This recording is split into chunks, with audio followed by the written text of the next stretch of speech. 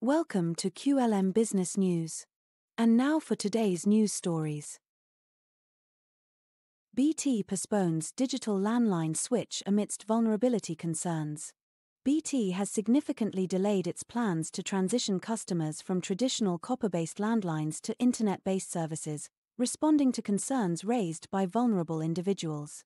The switchover was paused at the end of last year following incidents where Telecare devices, reliant on landlines, ceased functioning. Nearly 2 million people in the UK use personal alarms that depend on these traditional landlines. BT, also managing EE customers, has now abandoned its initial deadline of completing the national switchover by the end of 2025, instead targeting the end of January 2027. However, a campaign group representing elderly people has criticised the revised timeline as merely a token concession. The delay is just over a year, which we don't believe is sufficient to ensure adequate safeguards for vulnerable customers, stated Dennis Reed, head of Silver Voices. BT and other telecom firms haven't even properly defined what constitutes a vulnerable customer. We believe the deadline of January 2027 is premature. The move is controversial as it implies that outages, which are frequent in some rural areas, could render landline phones non-functional. This poses a risk to customers relying on personal alarms, potentially leaving them disconnected and without vital services. Revised plan. BT explained that the new timetable follows a series of enhancements aimed at better protecting vulnerable customers and those with additional needs.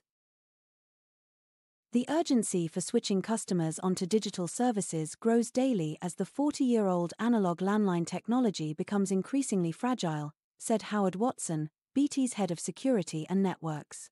Managing customer migrations from analog to digital swiftly and smoothly, while ensuring necessary provisions for customers with additional needs, is critically important.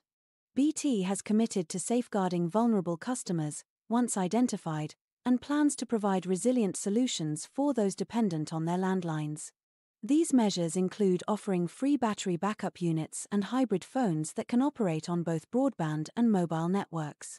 Despite these efforts, some campaign groups argue that the solutions remain confusing.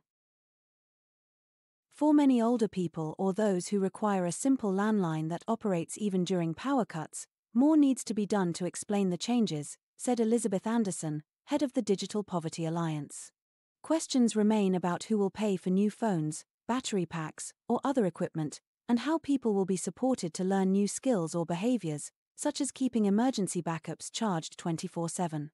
The initiative is part of BT's digital voice changeover plan, which mandates all households to have an internet connection.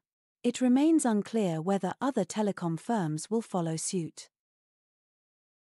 This news story is brought to you by QLM Business News, your digital media channel. Visit qlmbusinessnews.com for more business news stories. Also follow us on Facebook, X, and YouTube.